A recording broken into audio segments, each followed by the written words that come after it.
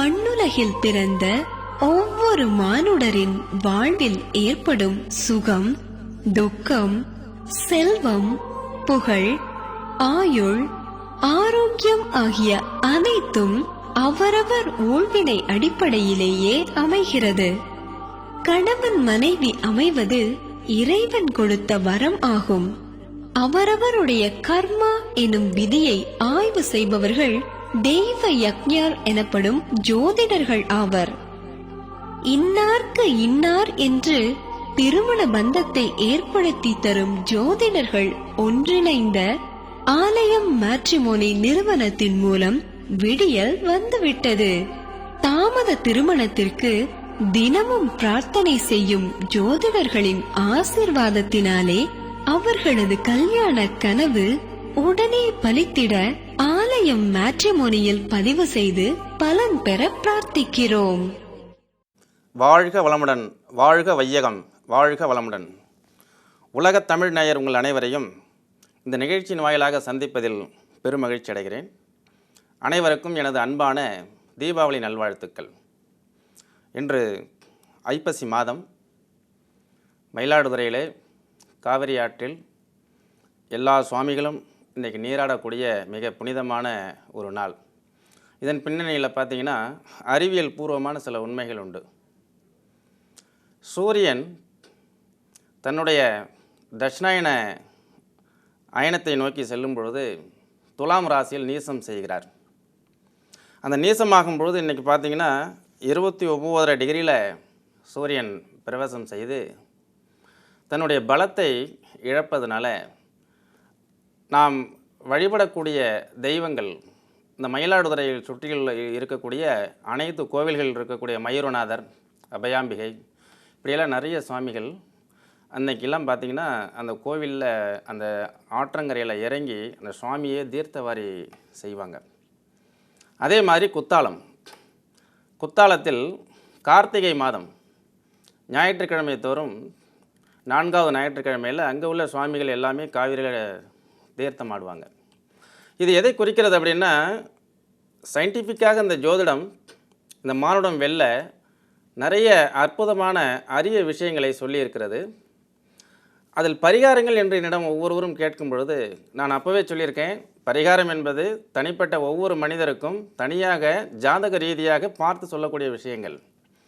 ஆனால் பொதுவான பரிகாரங்கள் இந்த நிகழ்ச்சியில் கூறினால் எல்லாருக்கும் பயன் தருமே என்று பல நேயர்கள் கேட்பதற்கு இணங்க, இந்த இறை வழிபாடு, அந்த இறை வழிபாடு என்பது ஒவ்வொருவருக்கும் ஜாதக ரீதியாக, திசாபுத்தியினுடைய ரீதியாக, அந்தரங்கள் ரீதியாகவும் வழிபாடு செய்ய வேண்டும். அதே போன்று தன்னுடைய ராசிக்கு தகுந்த இறை வழிபாட்டையும் செய்யலாம். இதெல்லாம் உங்களுக்கு ஆத்ம ஒரு திருப்தியையும், அதே மாதிரி உங்களுக்கு வரக்கூடிய துன்பங்களை போக்குவதாகவும், ஜாதக ரீதியாக வரக்கூடிய கெட்ட காலங்களில் நாம் இறை வழிபாட்டின் மூலமாக நம்மை நாம் ஆசுவாசப்படுத்திக் கொள்வதற்கும் உதவும் என்பதை தெரிவித்துக் கொண்டு ஒரு நேயர் வருகிறார். யார் என்று பார்ப்போம். ஹலோ. ஹலோ, வணக்கங்க சார். வணக்கம் ஐயா, சொல்லுங்கள், உங்களுடைய பெயர்? என் பேர் வந்து குணசேகரன்.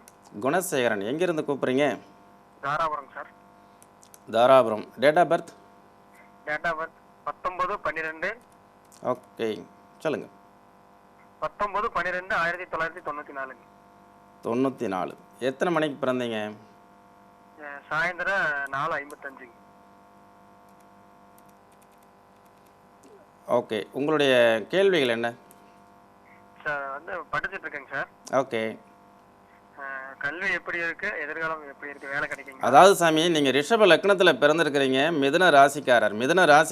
நான் போன வாரம் நிகழ்ச்சியிலே சொல்லியிருக்கேன், எப்போதுமே நல்ல அறிவும் புத்திசாலித்தனமும் நல்ல புலமையும் அறிவார்த்தமான செயல்களிலும் ஈடுபடக்கூடியவர். உங்களுடைய வாழ்க்கையில் நீங்கள் இந்த வயசுக்கு மேலே வரும்போது புதுசாக உங்களுடைய எந்த கல்வியை தேர்ந்தெடுத்தால் சிறப்பாக இருக்கும் என்று என்னால் கூற இயலாது. ஒவ்வொருவருமே +2 படிக்கக்கூடியவர்கள், இந்த 10th படிக்கக்கூடிய மாணவர்கள் எல்லாருமே என்னை வந்து பார்த்தீங்கன்னா உங்கள் ஜாதக ரீதியாக எந்த கோர்ஸை எடுத்து படித்தால் எப்படியெல்லாம் நீங்கள் மேன்மை அடையலாம் அப்படிங்கிறதெல்லாம் நிறைய பேரை பல்வேறு வகையான பெரிய ஒரு துறைகளெல்லாம் நான் ஈடுபடுத்தியிருக்கேன். அதே மாதிரி உங்களுடைய ஜாதகத்தில் நீங்கள் வேலைக்கு செல்வதற்குண்டான வாய்ப்புகள் உண்டு. இப்பொழுது உங்களுக்கு சனி மகாதிசை நடந்துகிட்டு இருக்குது. 20 வயசு 10 மாதம் 27 நாள் ஆச்சு உங்களுக்கு. இந்த சனி மகாதிசையில் நீங்கள் உங்கள் படித்த படிப்புக்கு தகுந்த வேலை கண்டிப்பாக கிடைக்கும் என்பது உறுதி. வாழ்த்துக்கள். சரிங்க சார், நன்றிங்க. நன்றிங்க. அதாவது இந்த தம்பி கேட்டது மாதிரி என்னுடைய படிப்பு எப்படி இருக்கும், நான் என்ன மாதிரி படிக்கிறேன், சரியான வயசில் தான் கேட்டிருக்கிறாரு. 21வது வயசு. பட் ஒரு டிகிரி அவர் முடிச்சிருப்பார். ஒரு 18 வயசு ஸ்டார்டிங்கில் வந்து என்னை பார்த்துனாங்கன்னா, சாதக ரீதியாக நீங்கள் எந்த மாதிரி படித்தால் மேன்மை அடையலாம். நிறைய பேர் படித்த படிப்புக்கும் செய்கிற தொழிலுக்கும் தொடர்பு இல்லாமல் இருந்துகிட்ருக்கு. சரி, நாம் இந்த இறை வழிபாடு பற்றி இந்த வார நிகழ்ச்சியில் நம்ம பார்க்கும்பொழுது நிறைய பேர் வந்து, சார் நீங்கள் பரிகாரம் கிடையாதுன்னு சொல்கிறீங்க, ஆனால் நாங்கள் வாழ்க்கையில் எப்படி மேன்மை அடைகிறதுலாம் கேட்குறாங்க. நான் வந்து நான் தவறு சொல்லலை. உங்களுடைய கர்ம வினை என்ன என்பதையும் கர்ம வினையினுடைய அதனுடைய துன்பங்கள் எந்த அளவுக்கு உங்களுக்கு இருக்குது அப்படிங்கிறதையும் நான் சொல்லிட்டு வரேன். நான் தான் போன நிகழ்ச்சியில் சொன்னேன், 33% பூர்வ புண்ணியம், அதுதான் கர்ம வினை. 33% உங்களுடைய திறமை, 33% உங்களுடைய அதிர்ஷ்டம். இந்த அதிர்ஷ்டத்தை ஆய்வு செய்கிறது தான் ஜாதகம். இது மூன்றுமே உங்களுக்கு சாதகமாக இருந்ததுன்னா 100% வெற்றி அப்படின்னு சொன்னோம். சரி, இந்த திருமணம் ஆகாமலேயே இருக்கக்கூடியவர்களுக்கு மிக அற்புதமான ஒரு வழிபாட்டு ஸ்தலம். ரொம்ப பல்வேறு விதமான, நானும் நிறைய நேரம் யோசனை பண்ணியிருக்கேன். ஒரு ஜாதகத்தினுடைய 7ஆம் பாவகத்தில் சனி கேது, அல்லது ராகு சனி, அல்லது சனி ராகு, அதே மாதிரி செவ்வாய், இந்த காம்பினேஷன்ஸ்லாம் 7ஆம் இடத்துலையோ 2ஆம் பாவகத்திலேயோ லக்ன பாவகத்திலேயோ 8ஆம் பாவகத்திலே இருந்தால் கண்டிப்பாக அவங்களுக்கு காலதாமதமாகத்தான் திருமணம் அமையக்கூடிய வாழ்க்கையும் சிறப்பாக அமைவதில்லை. இந்த இடத்துல தான் அஸ்ட்ராலஜிக்கல் மிராக்கிள், அஸ்ட்ராலஜர்ஸ் என்ன செய்வாங்க, இருக்கக்கூடிய கிரகத்தினுடைய தன்மைகளை ஒவ்வொரு ஜோதிடரும் தமது பட்டறிவில் பட்ட விஷய ஞானங்களை கொண்டு உங்களுக்கு சொல்லிகிட்டு இருப்பாங்க. 10 ஜோசியர்கிட்ட நீங்கள் போனீங்கன்னா 10 விதமான பலன் தான் கிடைக்கும், 10 விதமாக தான் சொல்லுவாங்க. அப்போ ஜோதிடரை தேர்ந்தெடுங்கள்.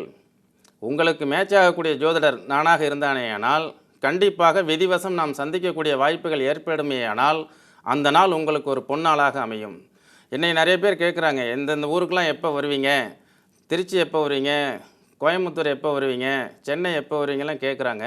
என்னை பொறுத்தவரை நான் உங்களை தேடி வருவது ஒரு பெரிய விஷயம் அல்ல, ஆனால் நீங்கள் என்னை தேடி வருவது தான் மிகச்சிறந்த விஷயம். ஒரு ஜோதிடரை அவரது இல்லத்திற்கு சென்று சோதிடம் பார்ப்பமேயானால் கண்டிப்பாக அந்த நம்பிக்கையுடன் வரும்பொழுது 100% நல்ல வெற்றி கிடைக்கும் என்பது உறுதி. ஹலோ ஹலோ, வணக்கம் ஐயா, சொல்லுங்கள். ஐயா, கோயம்புத்தூர்லேருந்து பேசுகிறேங்க சார். கோயம்புத்தூர். உங்களுடைய பெயர்?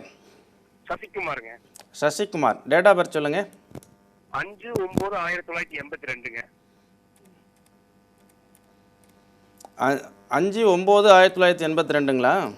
ஆமாங்க சார். எத்தனை மணிக்கு பிறந்தீங்க சசிகுமார்? 9:20ங்க AM.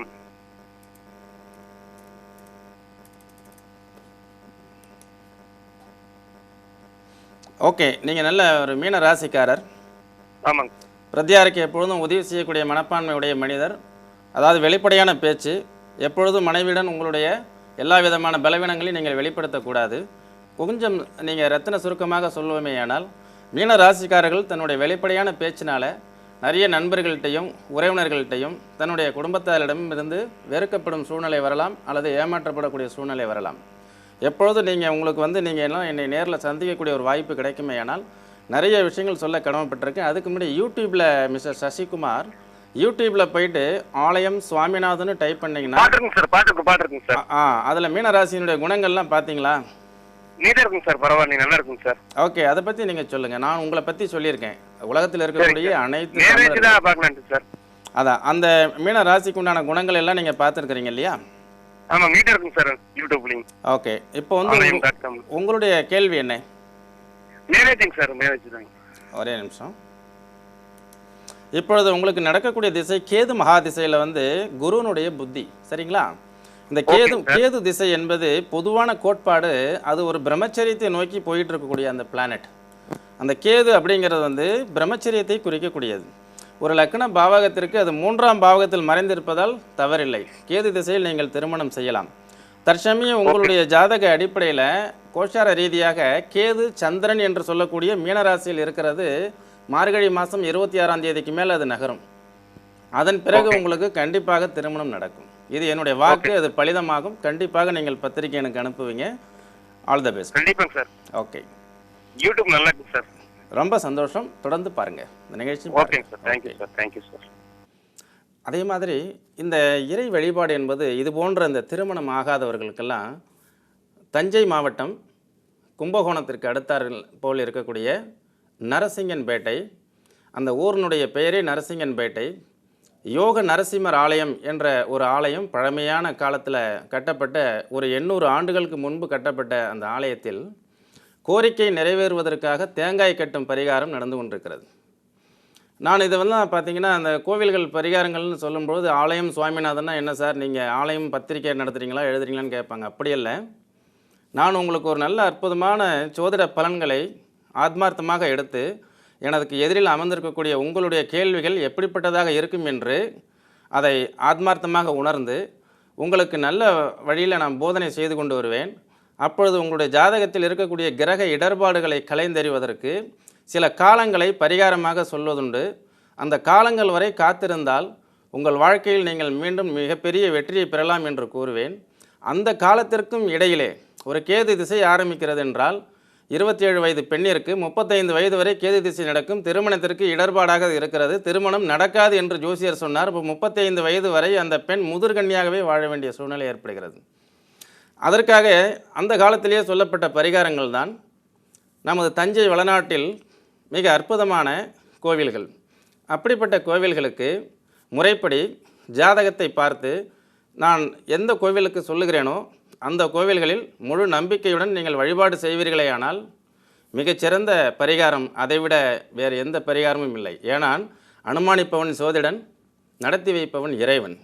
அதனால் அந்த யோக நரசிம்மர் ஆலயத்தில் சனிக்கிழமை தோறும் தேங்காய் கட்டும் நிகழ்ச்சி ஒன்று உள்ளது.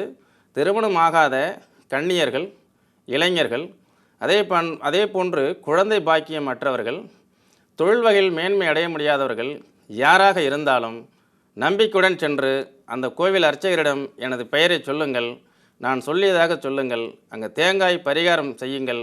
கண்டிப்பாக 11 வாரத்தில் உங்கள் இல்லங்களில் மங்கள வாத்தியம் ஏற்படும் என்பதில் எவ்விதமான ஐயப்பாடுகளும் இல்லை.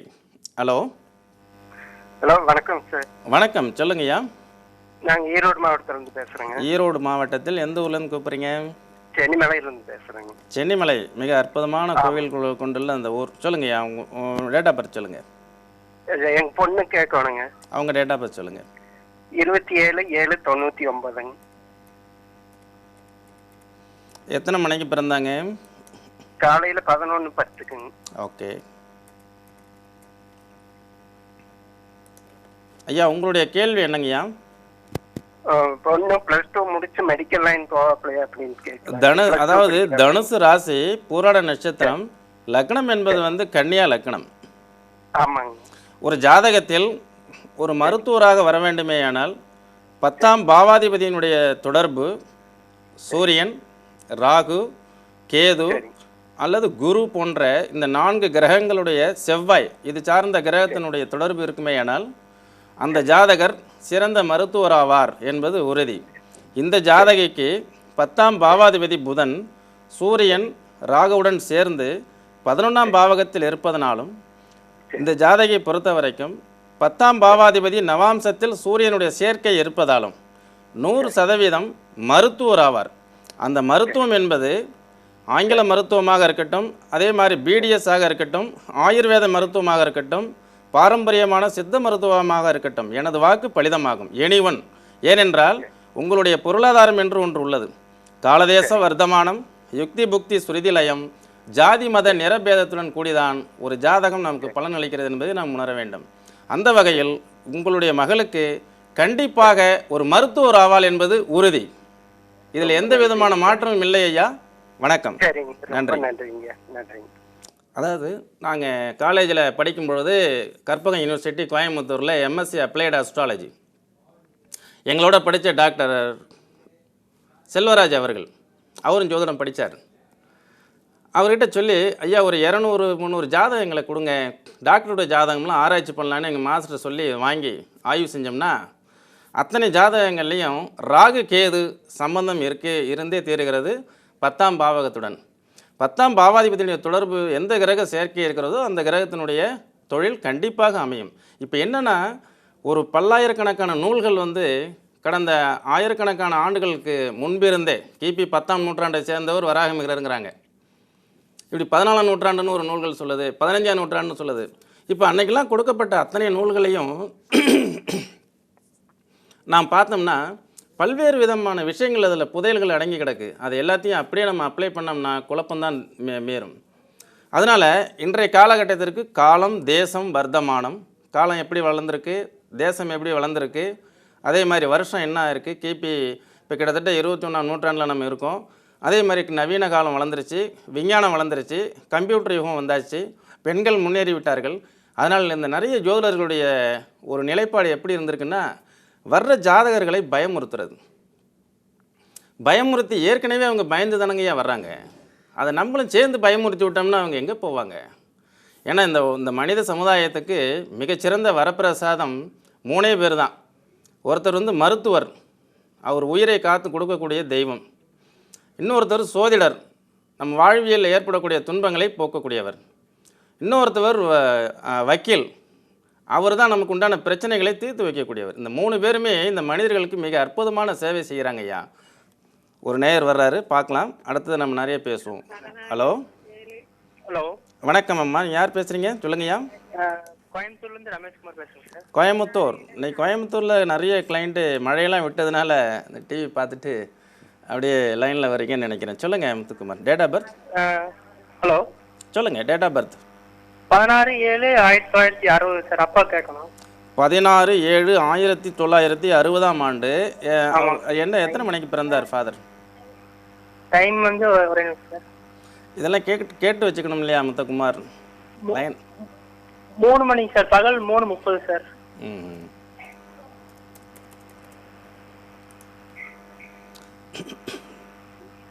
முத்துக்குமார் அவர் வந்து மேச ராசிக்காரர், அஸ்வினி நட்சத்திரம். பொதுவாக உங்களுடைய தகப்பனார் வந்து நல்ல பிடிவாதக்காரர். அவருடைய வாக்கு ஸ்தானத்திலேயே குருவும் சனியும் இருப்பதால் அது வேறு குரு சண்டால யோகம் என்று பெயர். அது என்னன்னா, அவர் எப்பொழுதுமே நல்ல வாதம் புரிவதில் வல்லமை உடையவராக இருப்பார். கடவுள் உண்டு என்றும் வாதாட முடியும், இல்லை என்றும் வாதிடக்கூடியவராக இருப்பார். அதே மேச ராசிக்காரர் எந்த ஒரு செயலையும் எடுத்து முடிக்காமல் விடமாட்டார். தைரியமான மனிதர். அப்படிப்பட்ட மனிதருக்கு தற்சமயம் வந்து சில காலகட்டங்கள் அவருக்கு சாதகம் இல்லாமல் இருக்கிறதுனால உடல் உபாதைகள், ஆஸ்பத்திரி செலவினங்கள் அவருக்கு ஏற்படுவதற்கு வாய்ப்புகள் இருக்குது. இப்போ ராகுனுடைய திசையில் புதனுடைய புத்தி 8/2, அதாவது பிப்ரவரி மாதம் 2016 வரைக்கும் அவருக்கு நடந்துட்டு இருக்கு. சரிங்களா? சரிங்க சார். என்ன கோயிலுக்கு போலாங்க சார்? இப்போ அவருடைய ஜாதக அடிப்படையில் வந்து நீங்கள் வீடு கட்டுறது எல்லாமே நம்ம நேரில் ஜாதகத்தை பார்ப்போம். அவருடைய ஜாதகத்தில் அந்த ஒரு கேள்விக்கு நான் பதில் சொல்லிடுறேன். 4ஆம் பாவகத்தில் கேது இருந்தால் நன்றாக கேட்டுக்கொள்ளுங்கள் நேயர்களே. உங்களால் வந்து பாலக்கால் பிடித்து வீடு கட்டுறதுக்குண்டான வாய்ப்புகள் மிக குறைவு. ஒரு பழைய வீடு விலை கொடுத்து வாங்கலாம், பழைய வீட்டில் குடியிருந்து விட்டு அதை இடித்து விட்டு கட்டலாம். அதே மாதிரி அகலம் கம்மி நீளம் ஜாஸ்தியான ஒரு இடம், ஒரு சைட் அமையும். அந்த மாதிரியான வீட்டில் தான் இருக்கிறதுக்கு வாய்ப்புகள் அதிகம். இப்போ ராகுனுடைய திசை நடந்துகிட்டு இருக்கிறதுனால நீங்கள் பாலக்கால் பிடிச்சி ஒரு பேரில் உள்ள இடத்துல வீடு கட்ட முடியாது. மற்ற விஷயங்கள் நீங்கள் ஒரு டைம் நேரில் வாங்க, நம்ம சந்திக்கலாம். நன்றி, வணக்கம். ஹலோ. அடுத்தது நேர்களே, இந்த 12 ராசிக்காரர்களுடைய குணங்களை வந்து போன வாரம் பெண்களுடைய குணங்களை பார்த்தோம். யாராவது பார்க்கலைன்னா யூடியூப்பில் ஆலயம் சுவாமிநாதன் டைப் பண்ணிங்கன்னா 70 வீடியோஸ் இருக்கும். இந்த லோட்டஸ் நியூஸில் வரக்கூடிய ஒவ்வொரு நிகழ்ச்சியுமே அதில் அப்லோட் பண்ணியிருப்பாங்க, பார்க்கலாம். இப்போது 12 ராசியில் மேச ராசிக்காரர்களுடைய குணங்கள், ஆண்கள் எப்படி இருப்பாங்கன்னா, ஸ்ட்ரெயிட் ஃபார்வர்ட், சுய சிந்தனையற்றவர்கள். ஆனால் எந்த ஒரு செயலையும் எடுத்தால் முடிக்காமல் விடமாட்டார்கள். வேகம் ஜாஸ்தி. நல்ல செல்வங்களை சிறு வயதிலேயே சேர்க்க வேண்டும் என்ற எண்ணமுடையவர்கள். நல்ல வசதி வாய்ப்பாக வாழ வேண்டும் என்ற எண்ணமுடையவர்கள். யாரையும் பொதுவாக சென்டிமெண்ட்டாக அவர்கள் சிந்திப்பதில்லை. அவர்களுடைய வேலை இறங்கி வேலை செய்வது தான். அவரை அடையக்கூடிய மனைவிமார்கள் அவருடைய சிந்தனைகளையும் பொறுமைகளையும் பொறுத்திருந்து ஆய்வு செய்தீங்கன்னா ரொம்ப அற்புதமான மனிதர்கள். கல்லுக்குள் ஈரம் இருக்கும் என்பார்களே, அதுபோன்ற மேசராசிக்காரர்களை கணவனாக அமையப்பெற்றவர்கள். அவரை புரிந்து கொண்டால் வாழ்க்கை சிறப்பாக இருக்கும்.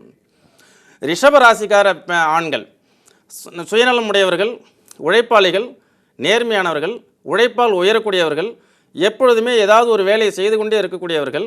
அவர்கள் தன்னுடைய மூதாதையர்கள் சொத்துக்களை காப்பாற்றக்கூடிய வல்லமை பெற்றவர்கள்.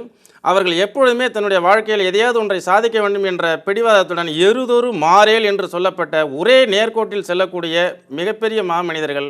அவரது மனைவிகள் அவரிடம் அதிகமாக எதிர்பார்ப்புகளை குறைத்துவிட்டு அவருடைய செயல்பாடுகளுக்கு உதவி செய்தால் மிக அற்புதமான வாழ்க்கை. அதே மாதிரி மிதுன ராசிக்காரர் பார்த்தீங்கன்னா, அவங்க யதார்த்த மனிதர்கள், அறிவாளிகள், புத்திசாலிகள், பிரத்தியாருடைய வேலைகளை எடுத்து அற்புதமாக செய்யக்கூடியவர்கள். அதே போன்று அறிவுபூர்வமாக கோபப்படக்கூடியவர்கள். மனைவி தன்னுடைய தாய் இருவரையும் ஒரே மனப்பாங்கில் பார்க்கக்கூடியவர்கள். ஜனரஞ்சகமான குணம் படைத்தவர்கள்.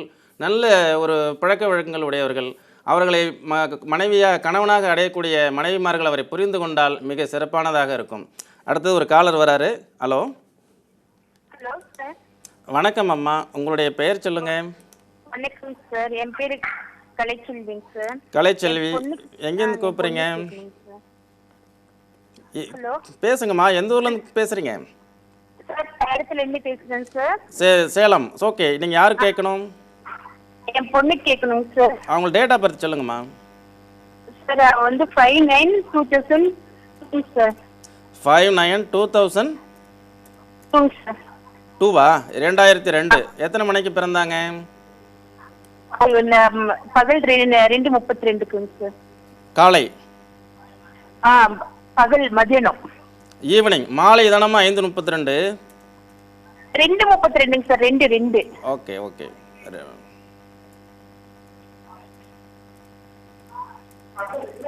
சார், மதியம் 2:32 சார். உங்களுடைய கேள்வி என்னம்மா?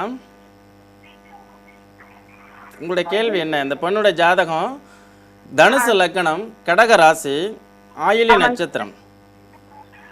பட்டென்று வெளிப்படையாக பேசக்கூடிய குணாதிசயம் உடைய பெண், எதையுமே பளிச்சென்று உணரக்கூடியவள், சிறந்த அறிவாளியும் புத்திசாலியாகவும் இருப்பாள், கணித பாடத்தில் அதிகமான தேர்ச்சி எடுப்பாள், கணிதத்தில் முதல் மாணவியாக வருவதற்கு வாய்ப்புகள் உண்டு, மிகச்சிறந்த லைஃப் அவளுக்கு இருக்கிறதம்மா. Okay, all the best.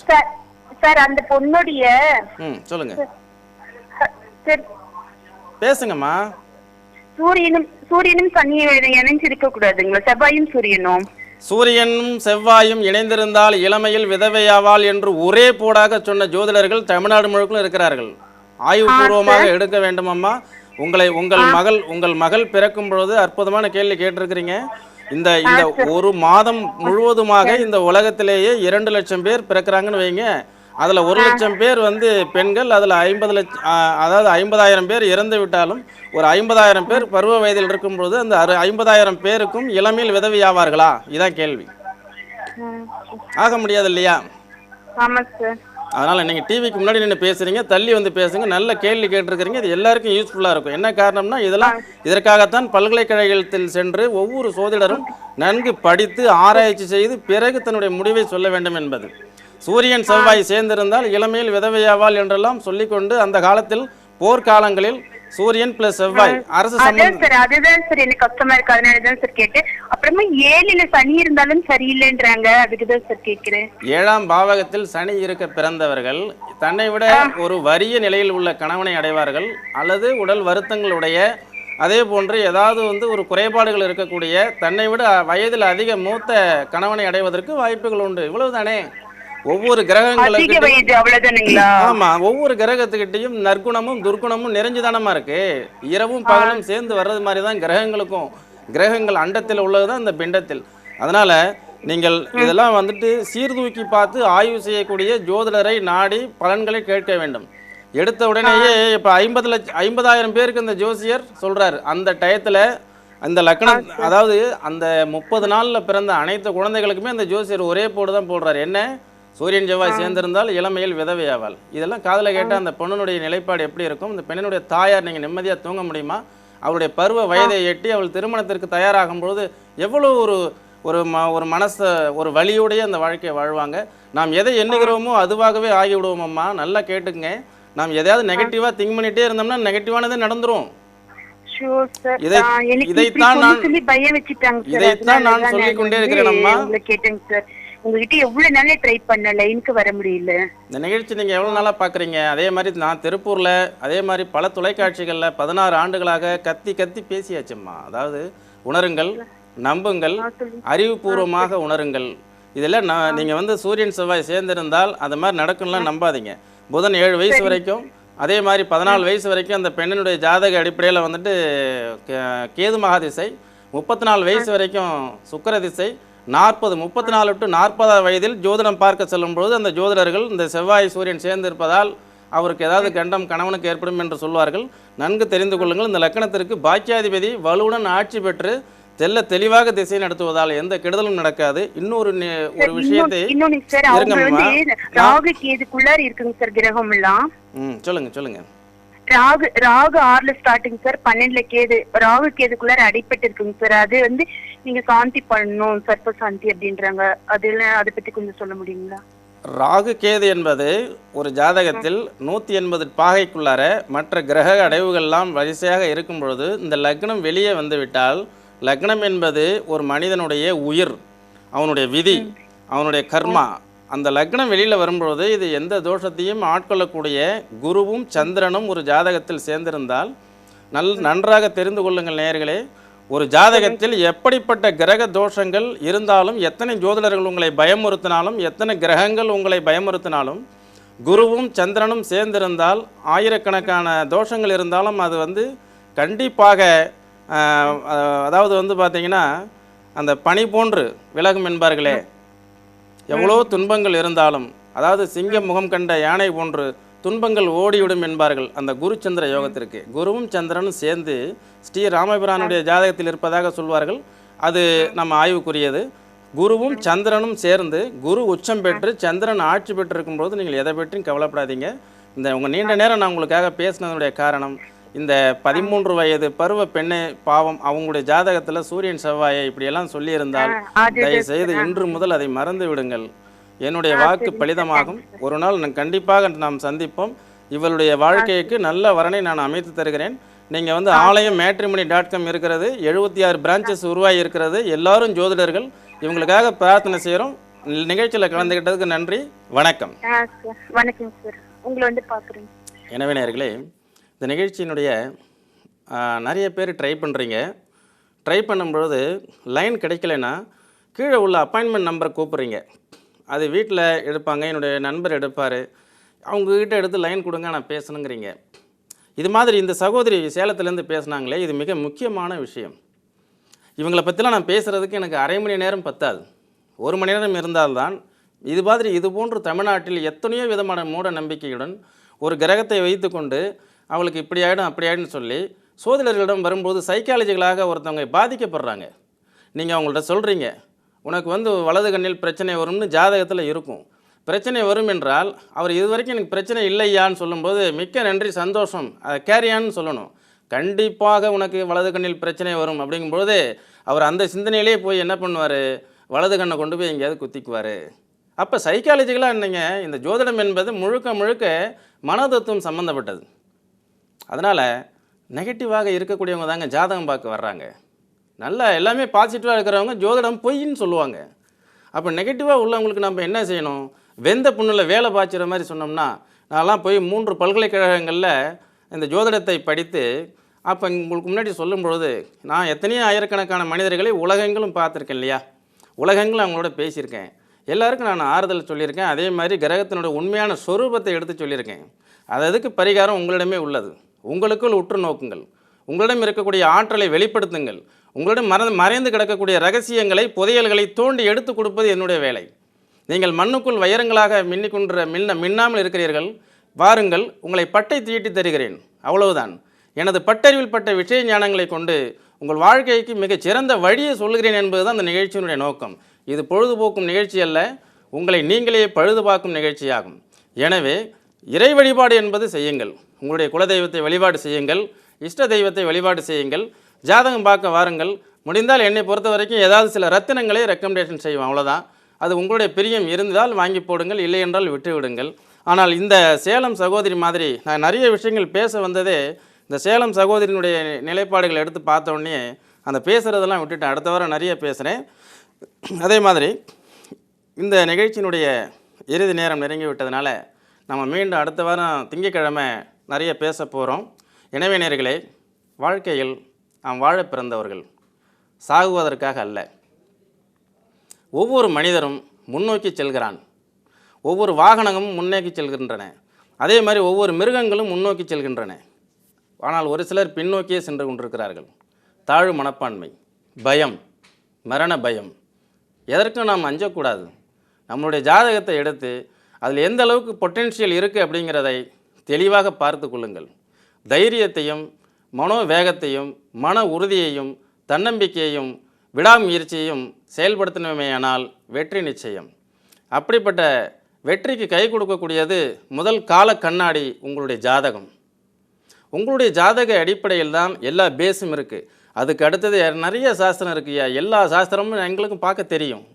அதில் பிரசன்னம், தேவ பிரசன்னம், அஷ்டமங்கல பிரசன்னம், ஜாமக்கோல் பிரசன்னம், நேமாலஜி, நியூமராலஜி, கிராஃபாலஜி, சிக்ரேச்சினாராலஜி, வாஸ்து, அதே மாதிரி கைரேகை, எல்லாமே விரல் ரேகை, அனைத்துமே இருக்கிறது. எல்லாமே நீங்கள் தெரிஞ்சுக்கலாம். உங்களுக்கு எனக்கு ஒரு நல்ல ஒரு வாய்ப்பு கிடைக்கும் பட்சத்தில் நாம் நேரில் சந்திப்போம். இன்றைய பொழுது இனிமையாக இருக்கட்டும், நாளைய பொழுது நன்றதாகவே அமையட்டும். வாழ்க வளமுடன் என்று கூறி விடைபெறுகிறேன். நன்றி, வணக்கம். நலம் தரும் நவகிரகங்கள் வழங்கியவர் மனப்பகுப்பாய்வாளர், காலக்கணித ஆராய்ச்சியாளர், ஆலயம் G. Swaminathan, DA, BA Astrology, MA Philosophy, MSc Aplastro. முன்பதிவு பெற தொடர்பு கொள்ள வேண்டிய எண்கள் 9869399996 மற்றும் 9865914446. மாதம் ஒரு முறை சென்னையிலும் சந்திக்கலாம். அலுவலக முகவரி 32A RR காம்ப்ளெக்ஸ், மங்கலம் ரோடு, சங்கரப்ப கவுண்டர் மளிகை அருகில், கருவம்பாளையம், திருப்பூர் 641604. வெப்சைட் முகவரி www.astroalayam.com. இமெயில் முகவரி alayamswaminathan@gmail.com.